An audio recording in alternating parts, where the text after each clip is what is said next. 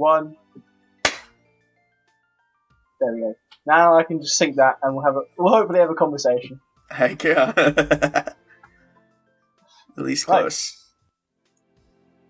Right. Hello, the 31st here. Welcome back to a discussion. I don't really know how this is going to turn out. Basically, today I'm going to be going over the various laws and myths of certain Pokemon and evaluating whether I think evaluating whether or not I think they have any credibility to them.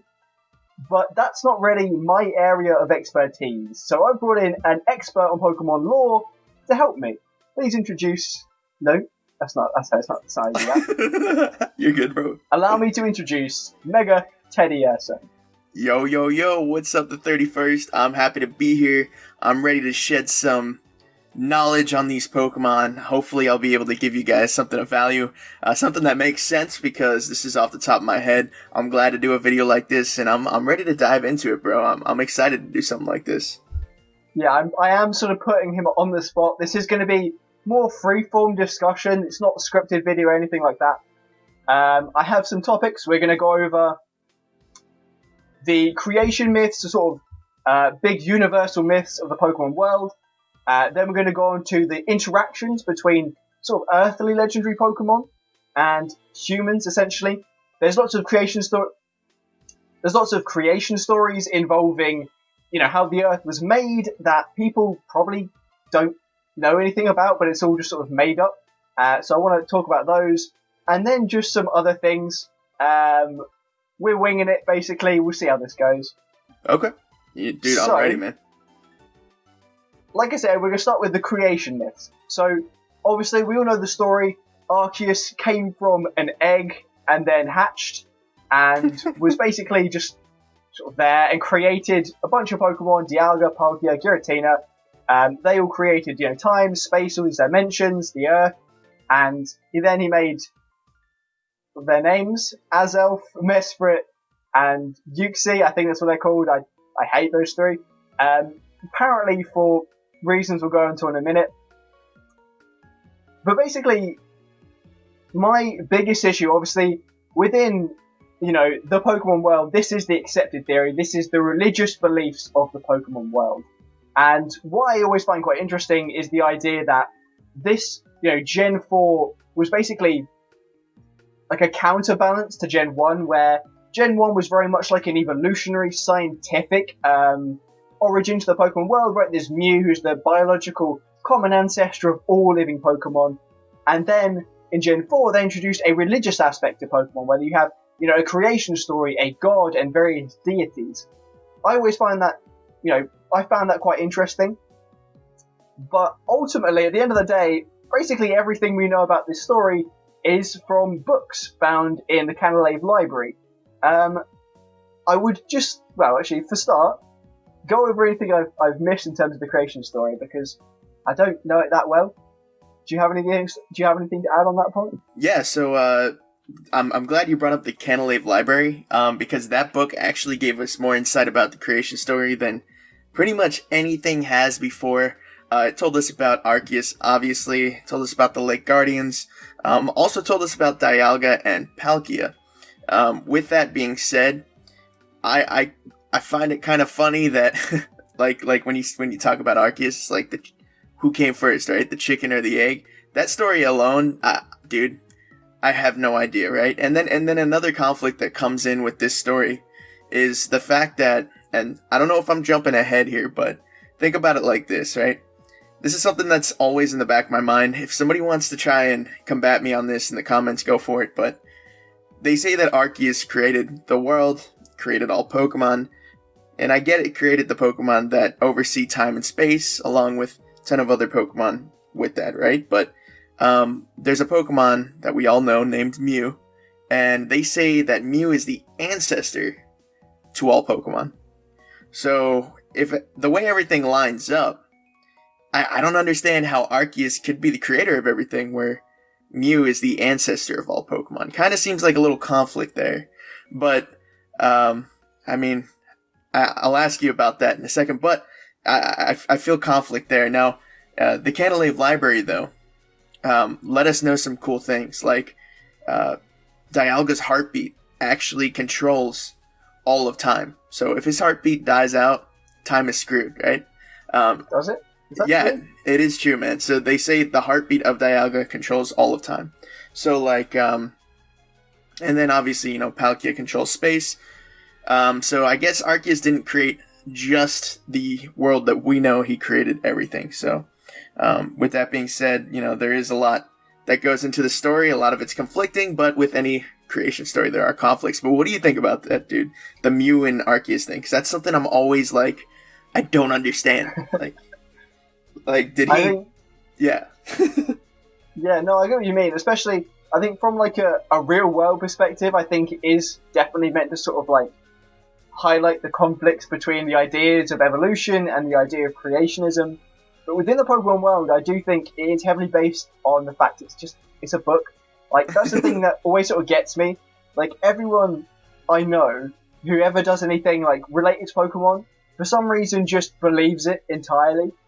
Like, as in, like, there isn't any part of it they have any doubts about, where there isn't any bit where they're like, this might be, some kind of interpretation, or it might be, hyperbolic in some way. It's not the straight fact. Everyone is like pure, the Bible is right, sort of, puritanical Pokemon enthusiasts, religious people. Yep. And it is just straight up a book in a library, right? We don't know who wrote it. We don't know when it was written. We have no idea about any of it. But it's a source people just trust, like, with their lives. And I've never really understood that. Like, there are so many, like in our world, so many different myths about creation. And all these people, none of these people who say they believe the Pokemon creation myth believe any of those myths either. They believe one book that they found in a Pokemon library, but if they go to a library and look at the Quran or any book, they will instantly disavow it because it goes against what they know already. And I mean, personally, that's a thing I dislike within the community rather than within the story itself. Oh, dude, yeah, no. If I could touch on that, dude, you got to see, like, for example, like let's go to there's something and let's start the controversy right now, right? I usually think that Arceus is God, right? And I say Giratina is the devil, and the points line up, right? Like, Giratina is the renegade Pokemon. It's a renegade. Like, I'm trying to remember this off the top of my head, but I'm pretty sure it's somebody who leaves a society of certain beliefs and kind of like goes on their own path and stuff like that. And I get people literally, because I made a video on it, it's probably one of my top performing videos, but I get the most hate comments because people are like, do you mind if I swear? You care? You can do it, mate. They're like, fuck you, dude. They're like, he controls antimatter. And I'm like, I get he controls antimatter, but I think that he's the devil Pokemon. And people are literally like, go fuck yourself. I hate you. I hope you... I'm like, dude, it's a Pokemon. Like, look, if we don't agree, I get it, man. But like, I'm sorry you feel so strongly towards this. I want to know what else. Like, you must be bugging out all day going through YouTube, because that is a light topic. So like, it's so true, dude. What is written in Pokemon, people take to the grave. I mean, it's like the Pokedex. I've had lots of discussions online with people about the Pokedex who just completely take it as though it's 100% fact, and I don't agree with that. Oh yeah, dude. And that's like, and like, Pokemon's a learning, especially like when you do videos like ours, like, it's a learning thing, right? You make a video, you have to learn about it, and then it's in your brain, sort of, one ear out the other sometimes for me, but at least it's still in there. Like, there are people who can recite like a whole freaking paragraph of Pokemon. I'm like, dude, you're pretty crazy, but there's something to be said about really doing your research, because there's a lot of things to trip up on, and one of those is the Pokemon timeline, which I have no idea how that shit works. I actually found out about it only a few years back, and apparently some Pokemon don't even exist in other timelines. Are you familiar with that? As in, like, multiverse, like... Yeah, multiverse shit. Yeah, dude. It's like, what the fuck? Like, and I've written, for example, like, well, I guess we'll wait until he comes up. If you're gonna bring Deoxys up, I'll bring that up then, but good topic to bring up there. We'll touch on it, but as I want to do maybe another video on it, we see how that goes. Okay. So we'll save it for then. You're talking about, like, well, obviously, Arceus is God, and then Giratina is the devil. I think people take it a bit too, like, to heart. I think, well, obviously, you can tell me in a second, but my interpretation of Giratina is the devil. It's like, he's not the devil from the story. He's like a representation. He's a similar character. Of course. He's not like Pokemon, this is the devil, here we have Satan Pokemon. It's like, this is a similar character in a similar story. Rather than people, when you say it's the devil, I think people just take it a bit too, like, personally. They take it as though this is Satan and they have to therefore, counteract that. They disagree with that. Dude, 100%. Like, I could see if I came into the video and being like, yo, Giratina spears Teddiursas through the ass in a hellish world. Like, no, I just straight up said, I think Giratina is the devil. Like, exactly, you're 100% right, because it's a representation of the devil. Even better. That's the best way to put it, because I could see if I was nailing him, right? I'm not even nailing him. I'm going easy, bro, because I love Giratina. I think he's dope, but let's put this in his perspective, right? He's got 6 chest spikes, he's got 6 wing spikes, and he's got 6 legs, I'm pretty sure, right? Or he's got, no, not 6 legs. He's got chest spikes, wing spikes, and he's got, like, basically he has 3 pairs of 6, 6 arms. He's got 6 pairs of 3 pairs of 6s on his, pretty much his appearance. So, like, if I could pull it up, but yeah, dude. So, I mean, everything's pointing to the fact that he's not necessarily the devil. He's not a demon. He's not evil, but he was based off of, a religious story based on, good and evil.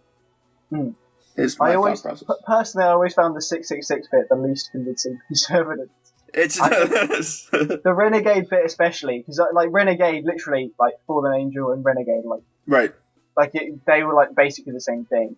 And obviously his position as being one of the trio and then getting kicked out, like, it is obviously meant to represent a devil character. Like, I don't think there's any doubt in there. Yeah, he has the control and power over antimatter, but he still has mythological representations just like any other Pokemon. Of course, yeah, and like, you can't just disavow them because you don't like that opinion. True that. I mean, he's got his own realm that he oversees that's all messed up. I mean, in a sense, it's kind of like hell, except it's antimatter, right? Everything's upside down, flipped around, but who the hell would want to live there, right? So, like, he was banished, like that. He was banished to another shitty realm. Like, exactly, there dude. So many comparisons to be made. A fallen angel, and not only that, there's no other Pokemon there, right? So, like, it's just some crappy place that he oversees. So, I mean, yeah, dude, the points all point to that, but this was all stuff that was learned from the Canalave library, and I wish, like, I know there were a few books, but I wish, like, maybe if they do go ahead and make, like, a Pokemon Diamond and Pearl remake, maybe, like, Platinum, I'm so excited. Platinum Extreme or something like that, but, like, going inside, I wish the library was, like, huge, right? Like, let's do it up. Let's make this library, like, real. Let's put a bunch of books in there that explain the world better, because there are so many holes in Pokemon lore. That's why this is a great topic for a video, that I think everything should just be talked about. 1, it would make my job easier, make your job easier, and 2, it would just be cool to learn about, right? So I think, I'd love some more context about everything. Like, who wrote these books? There is no answer about, what this source is and where it comes from. Like, it literally could be any 10-year-old who's written a story and put it in the library, and people are reading it. Like, there is no context at all to who wrote this. It's not like you even find it anywhere else. Like, if it was a widely regarded religion within the Pokemon world, you'd expect that same book, like the Bible, is the most printed book in, on planet Earth, right? It's literally everywhere. Right. But this book is only found in this one library. If it was a widely believed belief, even within the Pokemon world, you'd have thought, they'd have more about it. It would be elsewhere. It's so true. I do have a little mini theory, maybe, about, because the story is like, there's chaos, and then egg. And my theory is chaos is entropy. Do you know what entropy is? To be honest, I don't, man. Basically, entropy is like a scientific measure of the disorder of the world. That's the best description I have for it off the top of my head. But essentially, at some point, very far in the future, hopefully, the universe is expanding, yeah? Thank you. Yes, I do. No, and I'm glad you said this because I hope my band is watching this because we had an argument about this. So let's keep going. The universe is expanding, and there is going to be a point where literally atoms are going to be moving apart. So entropy essentially is this disorder, is this chaos within, atoms, and is going to mean that one day atoms, every single atom in the universe, is so far apart from one another that they will never interact again. That is the ultimate death of, the ultimate death of our universe that is to come, is that one day every single atom will never interact with another atom. And therefore no chemical reactions, nothing will ever happen again. And my sort of mini theory is that's what the chaos is in the chaos. Is, wow. A universe has reached its absolute heat death, everything is stopped, and then wormhole, maybe an ultra wormhole. I know you don't want to talk about ultra Pokemon, but my theories may end up touching on it. But let's ultra wormhole, egg from ultra wormhole gets kicked into this chaos. Boom, Arceus, he recreates the universe as he sees fit. That's the sort of theory on that right now. I mean, that probably I actually haven't dived that deep into that because again, it just tells us straight up there's an egg and stuff like that. I can't even tell what happened in our universe, but when you put it that way, that's probably the most plausible thing in my mind that would actually make sense. So I like that theory. And my second big gripe about the whole creation story is not only who wrote it, but how do they know this? Because no one was alive then. So the only answer is that Arceus came and told someone and was like, yo, I created the universe, guys.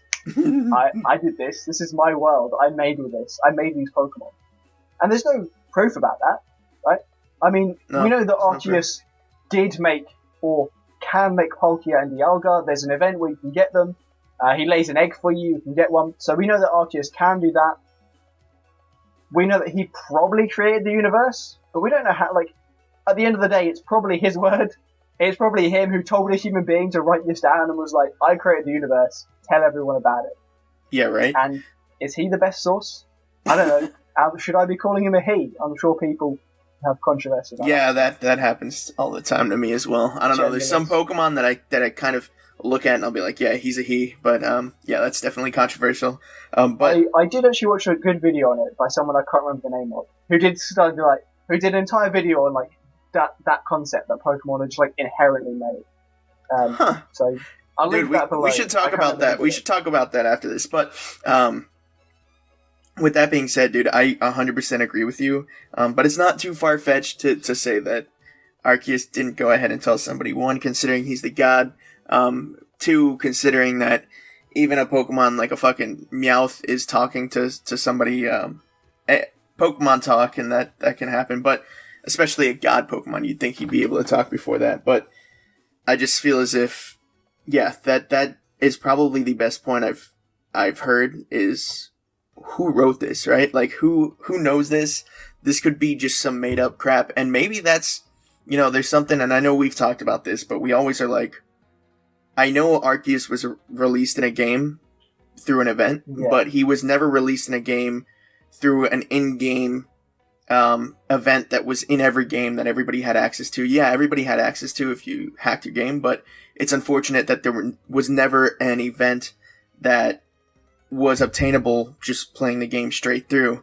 Whether that's because he's the god and that's of some sort of significance, I don't know, but, that's something else that I always found interesting about this Pokemon. I mean, Arceus is probably... it's the most interesting Pokemon, obviously. There's a lot of mystery behind it.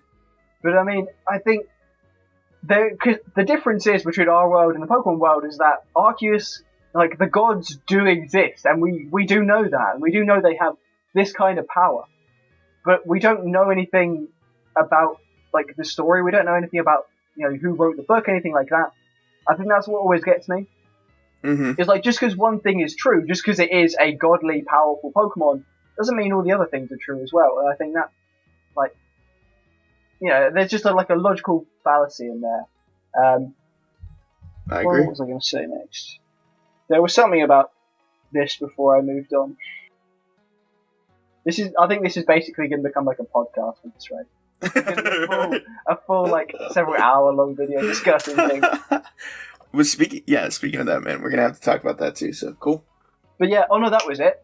I found out the other day. This really did like pique my interest as well, because what I found out the other day is that in Let's Go Pikachu and Eevee, in the Space Center, there is a picture of the Big Bang. Like there's a picture of it's literally like a scientific. It is literally like a scientific diagram from our world that explains the Big Bang, and it's in Pokemon. So that means in Pokemon they have the scientific explanation of the Big Bang, as well as the creation story. And I didn't know that until the other day, and I saw a picture of it, and I was like, "What the fuck?" Wait, there's actually a picture of the Big Bang that. Yeah, I can show you the pictures later, but it's literally, if I have it on screen, it'll be on screen. Huh. It's literally like a picture representing the Big Bang as we know it and the creation of the universe. And I thought that was insane. Like, obviously, like I said, Gen 1 is focused on the scientific explanations of the world and everything in it. But I didn't realize that the Gen 1 games, obviously Let's Go Eevee, Pikachu is Kanto rather than Gen 1. But, like, they have the Big Bang in Pokemon. So they have a scientific explanation for the creation of Earth and the universe, probably based on evidence, like scientific evidence, the same way that we do. Mm. And no one knows about it, or no one talks about it, because Arceus exists, and it's assumed he did everything. Right. That's interesting. I didn't know that. Yeah. That is cool interesting, fact. Yeah. I can show you later, but like I didn't know it till the other day. Someone told me. I was like, "What the fuck?" Yeah, debunked everything. So yeah, there's a lot that needs to be uncovered, and I think that's why. I mean, look, every game that comes out, we get a little piece of evidence that puts things together. But at the rates these games are coming out, at the rates they're adding new things, in a sense, lore I feel like is disappearing. Lore is not disappearing. Let me rephrase that. It's just changing, right? It's not as deep as it used to be, in my opinion, because you get Pokemon that come out, yeah, they got cool Pokedex entries and stuff like that, but there is no visible connections. Everything has to be pieced together by us, and obviously, I think is half the fun of it as well. Definitely half the fun of it, but to an extent where it's so hard to find out, right? Like, there are some pieces that are just so disconnected. Like, something, maybe right? There's something that's killing me, and I hope the Crown Tundra will bring it to light. But, like, you got those toxicity statues, right? I don't know if you're familiar with that, but there's two of them in the sea town. I have a video before the game came out where I looked at them. You looked at them, right? Did you talk about? I was very wrong because I didn't know what they were, because I didn't know what a Pokemon was. Oh, well, but with that sense though, you found a landmark that's important that nobody talks about. We can't even get into that thing. Hopefully in the Crown Tundra, we get like a freaking pass where we can go into that place or something. But yeah, it was really weird because I looked at it and I assumed it was going to be a legendary Pokemon, maybe like alternate forms of the dogs, like humanoid forms of them, like werewolf forms, something like that, because of the way they looked, and I felt like they would probably have to have some kind of significance, like toxicity, whatever his name is. That's a good doesn't song. Really have that much. Like, obviously, I think the big white like thing in the grass, is that one as well? So yeah, I'm happy you brought that up. If we can rant about this a little bit, I'll give you my theory, right? So that thing in the grass, I believe, is a Dynamax toxicity, right? So,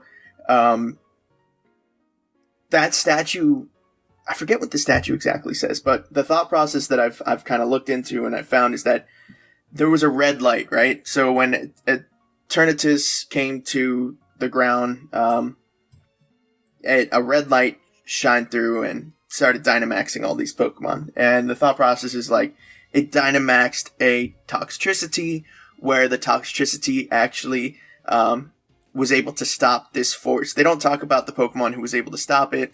But obviously, I mean, yeah, you got the Sword and Shield, Zamazenta and Zamazenta, whatever the fuck.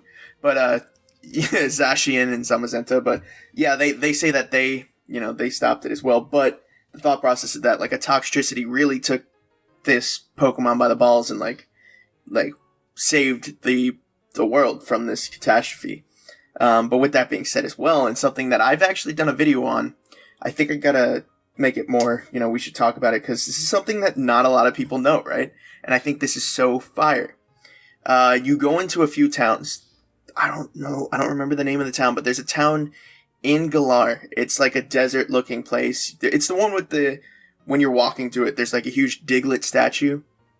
Yeah, the one where is it like, that's the one where they uncover the mural, right? Yes, perfect. Yeah, the statue. You're perfect. You're right on. So on your way up to that, there is light posts that look like Claydol, and there's light posts that look like Baltoy. And if you look into their description on how these Pokemon were created, and this is something that like nobody really talks about at all, it says that they were brought to life by a bright light. So my thought process is that these statues, these Pokemon, because they were molded from clay and they came to life, nobody knows how they came to life. I believe that light, that when Eternatus hit the ground, brought these Pokemon, not only Dynamax Pokemon, but brought certain Pokemon to life.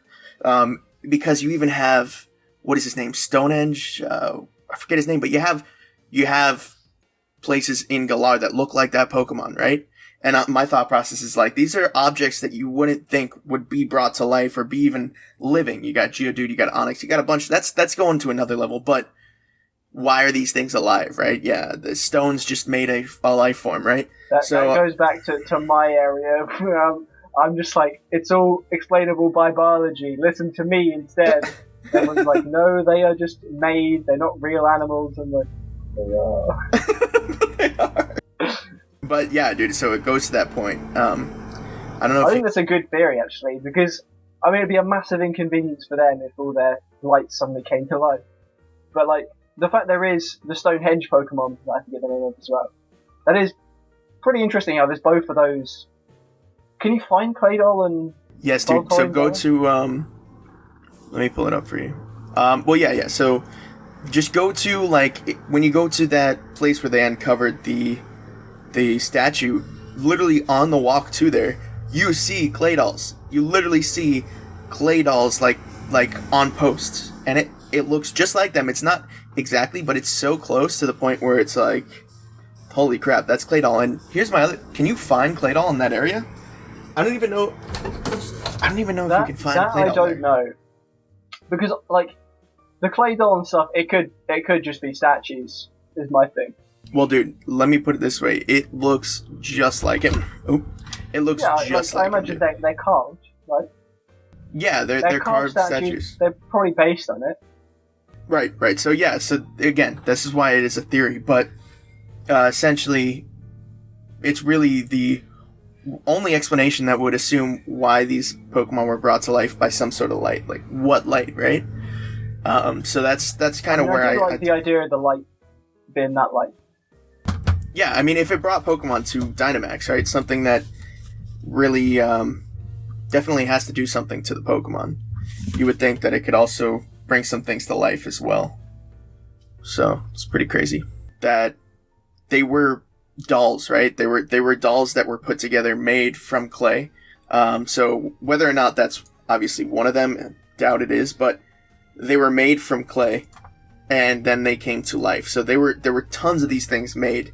And they were made by, I don't know what you call them, but pottery people, I would assume. And they made like a bunch of these, and like they were potters. They were sought out by children because at the time back then, that was all they had to play with, right? Like dolls and stuff. So, yeah, I just thought that was. So the next bit was basically going to be. So we've done the creation of the universe, the creation story. The next bit is the creation of planet Earth. So the main ideas here were that the stories revolve around Kyogre, Groudon, and Regigigas. Pretty much just those three. They're the main three involved. Who, the story goes, Kyogre, Groudon, they made the seas, they made the earth, and then Regigigas later moved the continents to make the world as it is. I personally believe none of that. It's one of those things where, all of this is within recorded history to an extent. So again, Regigigas, I think, is the biggest offender here. The idea that it towed continents with rope is, it's stupid, but also it's such a common sort of thread. There's so many real world examples of myths where the idea is very similar to that. It's myth to describe and explain why the world is the way it is without actually knowing anything about the world, right? I believe there's a term for it, epidemiology or something like that. I don't remember. But I always think, so personally, you can give your interpretation in a minute. But with Regigigas, what I find is very similar to the story of Maui and Hawaii. There is an entire in Japan, there is an entire name for towing continents and towing masses of land with rope. It has its own term. It's so common in mythology. So that's obviously, it's got its inspiration within that. But I find it just in comparatively, rather than its actual origin, very similar to Hawaii, where Maui is said to have, wrangled the sun, and the islands of Hawaii themselves are said to, have been created by Maui using a fishhook to pull them up from bottom of the ocean.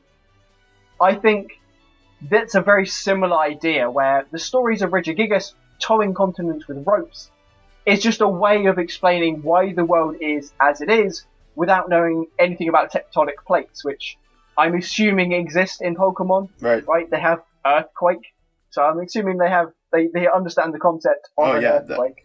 And it's one of those sorts of legends that, again, I'm not entirely sure, the creation story I can kind of understand why people buy it, but something like this, where it's that idea of, I have no idea if people understand how big a continent is, but it's pretty fucking big, right? And the idea of it being towed by, a 10-foot Pokemon that isn't even that powerful, that's one thing that always gets me, and we'll talk about a bit, especially with Kyogre and Groudon.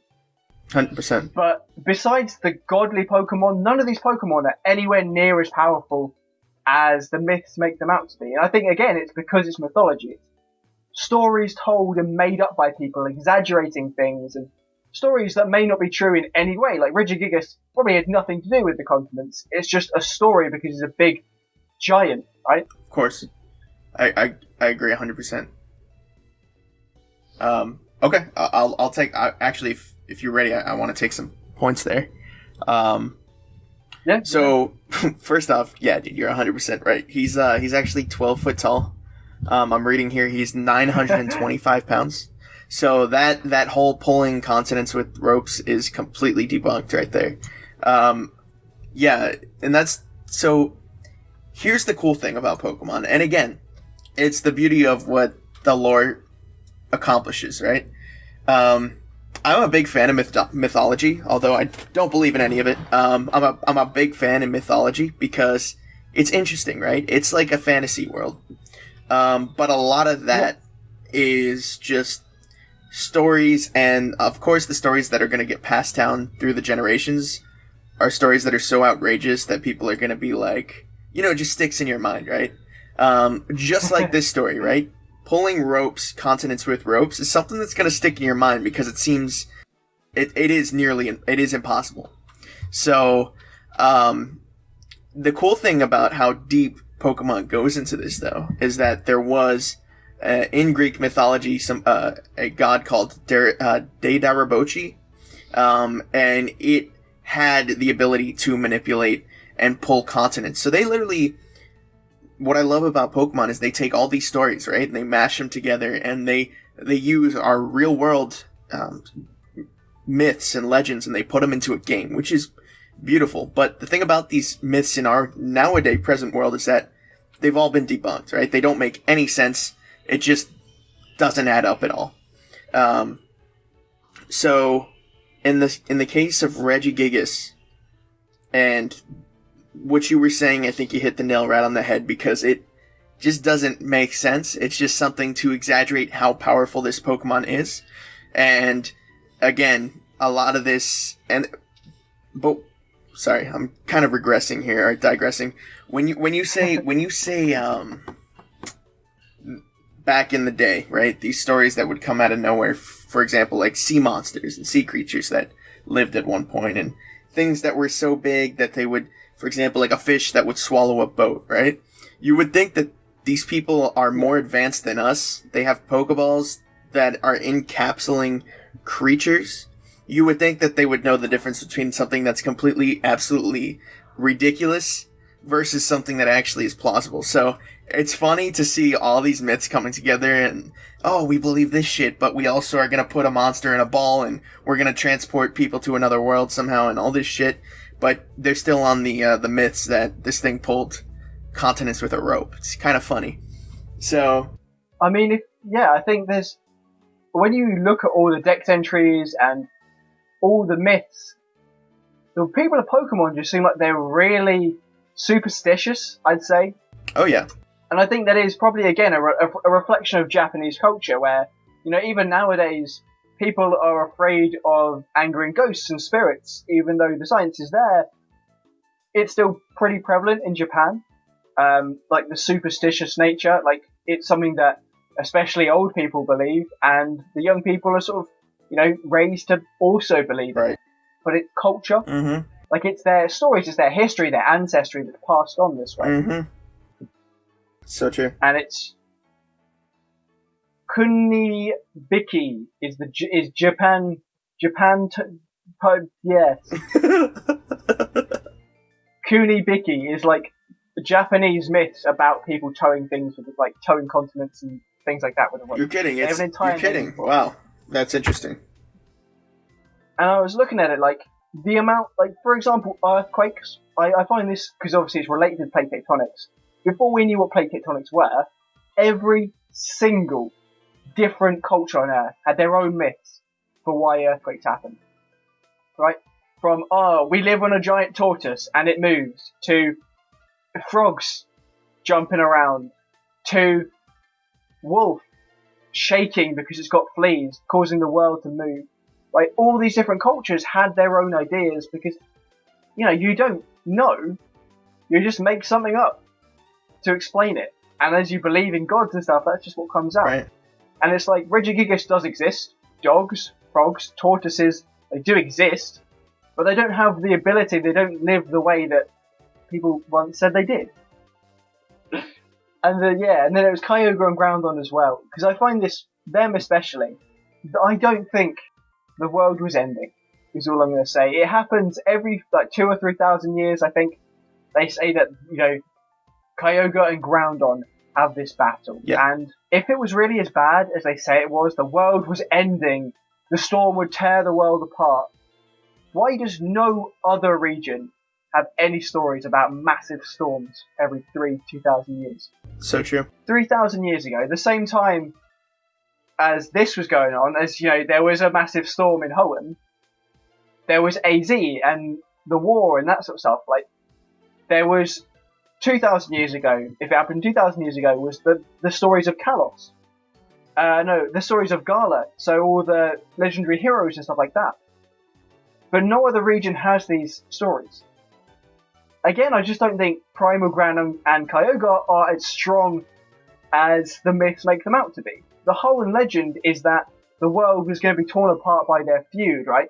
But at the end of the day, if you're just a human being who lives on an island in Hoenn, and suddenly these two fucking massive Pokemon start making a huge storm, the biggest storm you've ever seen, and it starts to break Hoenn, you probably do start to think it's the end of the world, when actually, it really wasn't that bad. It was just, you know, your little perspective. Yeah, dude, that is 100% the case. You know, like, when you put it like that, like, perspective, I mean, perfect example, right? I'm here in America, you're in the United States, you're in, what part are you in?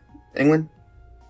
England. Okay, so, my end of the world may be a different end of the world for you, right? It's whatever is happening in my perspective, whatever is happening in my life, right? Like my obtainable life. So if something changes, that is the end of the world to me, right? It probably won't even touch you, right? So it's just perspective, right? You see clouds clashing, you see Pokemon, you're like, oh shit, this is the end, bro. The end for you. But no, exactly. Yeah, it's all perspective, and that's when it comes down to it. That's all these that's pretty much with what mythology is about. Is the perspective of the person who wrote that story. And that's what seems to be the way that these stories are kind of written as well. And I think Professor Oak probably should have worked a little bit harder to debunk this shit. But again, he's still out there, I guess, grinding. I think especially the idea of America versus England is a good one. Yeah. Because you guys have hurricanes. Yep. And tornadoes. I have never seen a hurricane. Oh, dude, they suck. Well, I'm in Florida too, so. Yeah, like, I imagine if you're involved in a hurricane, it is like the fucking end of the world. Oh, yeah. Like, it's it's not, but when you're in the middle of it... Yeah, dude, it's crazy, man. I can't imagine what that's like, because I've never experienced anything like that. Oh, yeah, dude, I used to live in southern Florida, too, so I've had the ones where, I mean, my parents still live there, right? But I've had, some where the roof flies off, this... It's just crazy, bro. It's a whole nother level, right? And it's like, why do we live here? But then, I realized that, like, as, I got older, it's a nice place, it's, the weather's nice. But again, why the fuck would you want to put yourself in jeopardy for shit like that? But as time goes on, buildings get stronger, stuff like that. We're more prepared. But again, it's just like, it's a catastrophe, really. So, yeah, dude, the end of the world is all perspective. Stuff I really like is stuff like the cave art in the Hoenn Cave I love thing. that too, yeah. Stuff like that, where it's like, visual records, or, again, like the books in Canalave, like, recorded history from Pokemon. Because at the end of the day, like we were saying earlier, it is completely up to our interpretation of things. Right. And I don't think Pokemon are going to change that. For them, it's easier to just go, here is a story, have no context, bye. You guys discuss amongst yourselves, because A, it gets us talking about it, and B, it really doesn't matter from their perspective. Like, it's just a part of the game that doesn't necessarily, change anything. But for us, it means, I guess, too much, and we all argue about it. It's written. Yeah, dude, that's 100% true. So, but your thought process on so let me ask you this, because not to, like, counter-argue what you said, but just curiosity. So, like, I know there are new... Counter-argue all you want. Okay, so what you said about, the news being shown in one region but not the other. I mean, there are news channels, though. I mean, we've fought news trainers, like reporters and stuff like that, and then... Yeah, but not, like, 3,000 years ago. Oh, so you're talking about times like that, right? Yeah, okay. I mean, like, but even then, I don't know when the timeline takes place, but I don't think anyone talked about Kyogre and Groudon being resurrected. Like, every time we and a legendary Pokemon appears in a region that we play in, as far as we know, no one in any other region gives a single fuck about it. Yeah, exactly. Right? Exactly. Every time we play a game, it's literally like, the world is going to end if we don't stop these bad guys from using this legendary Pokemon. But no one else gives a shit. You'd have thought that if it was really that important, other regions would be going, holy fuck, Groudon's that. We're all gonna die. Oh, look, a kid saved us. Which is something that they really should have, I mean, think about it, right? This franchise, this company, they really should have thought about putting, not the franchise, but this company, they really should have thought of putting stuff like that in to get retention from players, right? So, like, even like these trainers, you have stupid ass trainers saying the dumbest shit in some places, right? It's like, oh, Pokeball is red. It's like, why don't you say something like, yo, when you go to Sinnoh, fight Dialga for me, right? That's gonna be like, if you're in Kanto, some kid's gonna be like, Dad, I need platinum, right? Or like, like, don't just, that should have been something they thought about for retention in every game, right? Like, that's how you build a desire to do stuff. And I think that's a good point. Yeah. Nobody talks about that. You'd think a guy with a Charizard flew over right after that and was like, holy shit, you're never gonna believe what I just saw. 2 primal Kyogres, and people would take it seriously, but yeah, it doesn't seem to happen. And I think that especially is why I really like what they're doing in the last couple of years with like Pokemon Origins to an extent, but Pokemon Chronicles, well that too. Yep. No, Origins. Yeah, but Pokemon Origins, Pokemon Chronicles, Generations. Are you talking Generations about is the one I'm trying to remember, yeah. Pokemon Generations, Twilight Wings, all these like web series they keep bringing out, I fucking love that shit. Especially me too, Generations, where it's like, here's a bunch of characters you've seen in game, living their lives and doing stuff, and I think that's just so cool. Like, it adds so much to the world that we just don't get to normally see. We get to see them as people instead of like NPCs. 100%. I love those too, and it's more it's not like the same thing, right? It's not like, you're following the main series where you're there's an evil team, you fight them, and then it's over. Evil team, you fight them.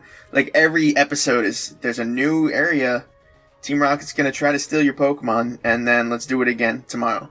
Like, but you go into these like side stories, right? And it's more than that. You're looking for Pokemon. You're learning about the struggles that these people have, other than just a stupid team. And sometimes, a lot of the times, yeah, they do have that rival come in, or the dark team come in, but it does open the lore to a whole nother level because it shows there's more to this than that. And I love those as well. Yeah, I think those are awesome. And again, slightly off topic, but that's why I really liked Gala. Everyone in Gala and the Gala region as a whole, it felt so much more alive. Like, every single trainer that we meet has such personality to them and so much depth to their character and so much thought put into them, and the region as a whole, especially with all like Pokedrops and all these different things. Like, I've never heard anyone talk about the characters so much. Like, Hop, they're really nailing Hop though. But like, everybody, like, people like Alistair, Melanie, Leon, True. Sonia, even like the Professor, I've never heard anyone talk so much about any of these characters. Before, a gym leader was just an NPC, a boss battle you fought, and it was like, right, cool, guess I'll leave. Whereas now it's like, fucking hell, I love this character. I really want to see more of them. I get to see more of them. Damn, they have so much personality. I've never seen a Pokemon character with personality before. It's great. I really like that. Hopefully they carry on with that, but then make the games more story, please. Speaking of that, I think just because of the way the world looks, not only because of like NPCs, just like until we started getting games on the 3DS, the DS, sorry, there was like a level of disconnect with us like really connecting to somebody, I think, as well. When you really look at the lore though, like you look back at Kanto, right? And you look at some of these trainers, and even the Elite Fours for Johto and Kanto, like, for example, somebody like Agatha, I think her name is. I don't know if you know her. She's one of the Ghost Elite Four. Agatha, sorry. There we go. She and Professor Oak are like tight as can be, right? They grew up together. They actually were rivals. They were rivals with each other. And they grew up together. She obviously eventually, I think she started getting involved with Team Rocket, just like, for example, you got the gym leader Blaine. He was part of Team Rocket. He was a huge part of Team Rocket. He was evil throughout the games. Obviously, you got Giovanni, you got stuff like that. But, yeah, there was never a connect because not only were we looking at pixels here, but these games don't really touch on it that much. They don't build it. There's not a lot of conversations that talk about this. You go in to fight Blaine, you fight him and you walk out. You're not talking to him about how he's evil. You're not doing all this shit. You don't see him again somewhere else. You have to learn about this through the manga. Yeah, I was about to say, this is all manga stuff. I know you love the manga. Yeah. So, it's just crazy, man, to think, like, that's why I think what they focused on in this game was great, too. They wanted to make it more immersive, so they decided to make a bigger story. Not even a bigger story, but they decided to make a more detailed, like, storyline. As far as like the characters go and stuff like that. And then on top of that, they made it sort of open world. I can't call it open world, but semi-open world, right? Which I thought Galar was great, man. I really liked it. I think it was probably the best rendition of not even rendition, I think it was the best Pokemon game that was new since Black and White storyline to me. Yeah, this is definitely going to be a podcast episode. What are we doing next? Yeah, so this is something So I'm in a Discord channel that I think it's got a bunch of people, but Birdkeeper Toby started it with a bunch of other people like Logston, and they're all there. But it's mostly for people within the communities. And something I've been talking to them about recently, because in X and Y, there is a monsieur in a random, I don't know what it is, because I haven't played X and Y in a very long time, but in a location, there is a man who basically drops these stories about the Yveltal and Xernetus, like with sort of way more detail than anything else. It's basically where all the story comes from. And there was the war in Kalos, and those people were dying. And so in X, he tells you that Xerneas came out, because he says, so this is what the bit I find most interesting, is he says that both of these Pokemon have a 1,000-year lifespan. He puts a number on the lifespan of these Pokemon. Really? Which we've never heard before. Like, legendary Pokemon, I'm assuming, based on logic, there's something like Groudon, Kyogre, Rayquaza, there are multiple of it. It makes a lot of sense in terms of, when you just think about it logically, that they don't exist as one thing that lives hundreds of millions of years, right? Right. And again, Regigigas supposedly moved the continents, but people would have had to watch him do that to know that he did that, right? But the continents, I don't know if you've ever seen a continent move, but it's not very fast. And it happens over millions of years, that sort of thing. Right. But he puts an actual number, and that's something you'd be able to check, right? We have plenty of history going back up to I think 10,000, 20,000 years of recorded human Pokemon history. The myths and legends, right, in Kalos go back 3,000 years. Every 1,000 years, if there's a new Yveltal and Xerneas, that would be something fairly obvious, fairly easy to prove. And basically he says that normally what happens is, at the end of that 1,000-year lifespan, Yveltal basically just steals the life of a bunch of Pokemon to further its own life so it lives longer. And then what Xerneas would do is give its life to bring those Pokemon back. So Xerneas and Yveltal can die, they do die, but Y kind of often avoids it.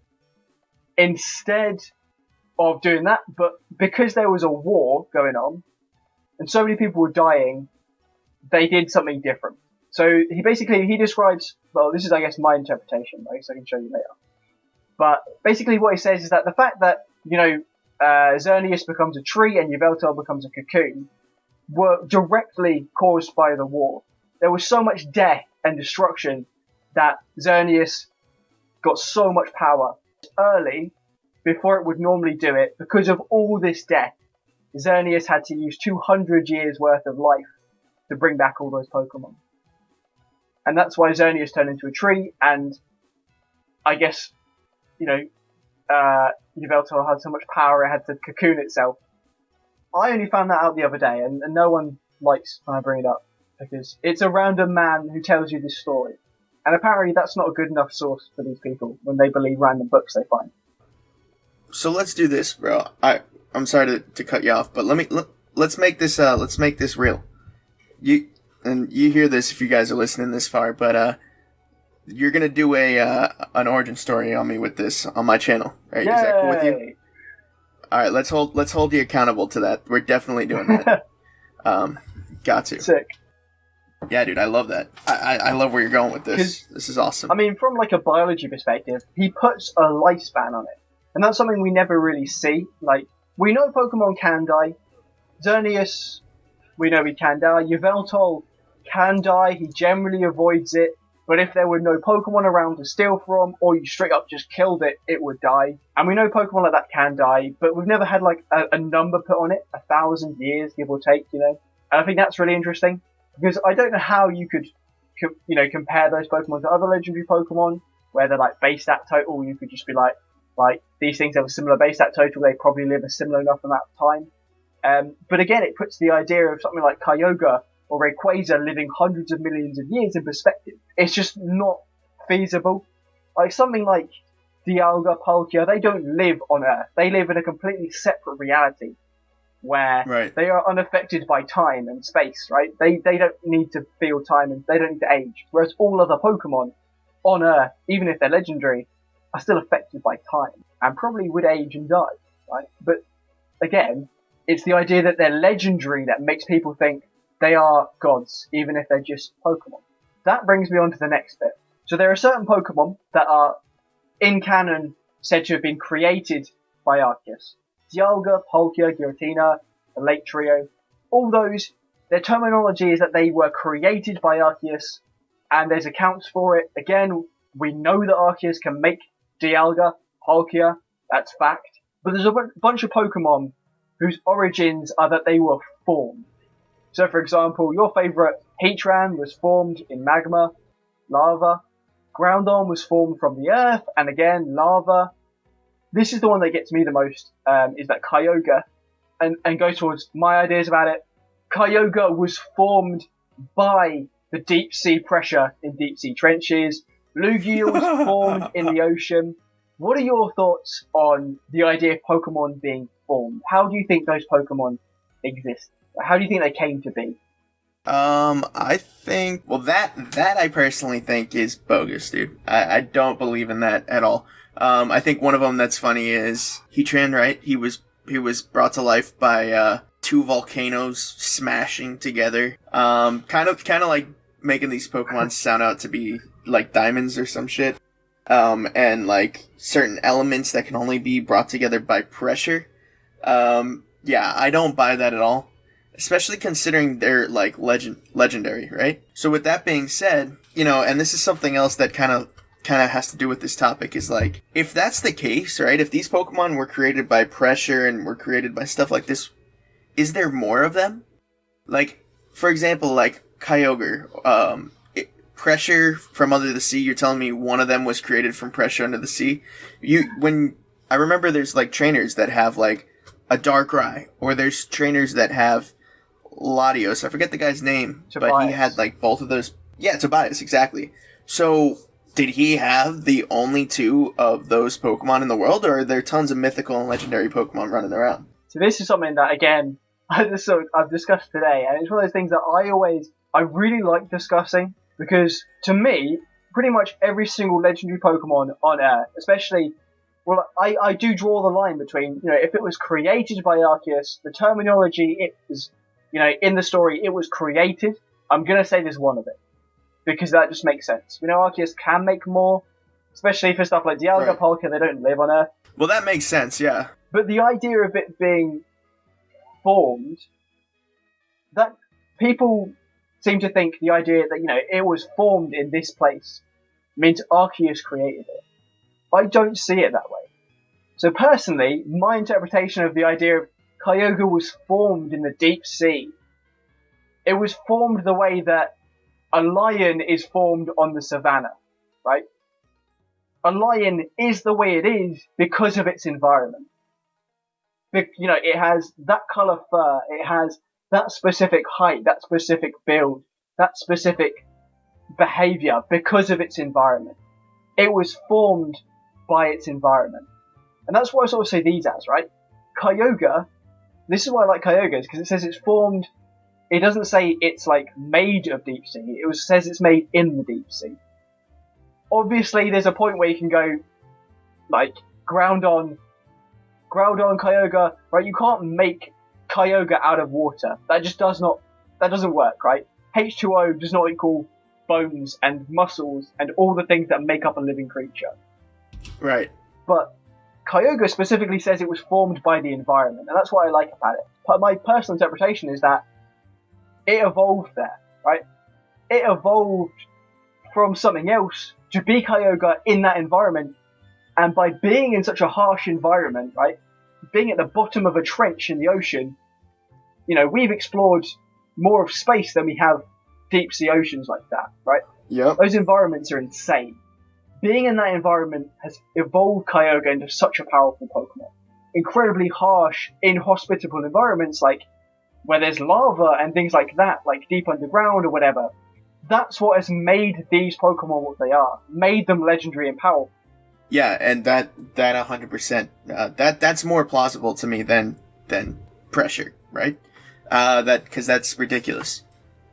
But again, a lot of this is, who would have saw that happening, right?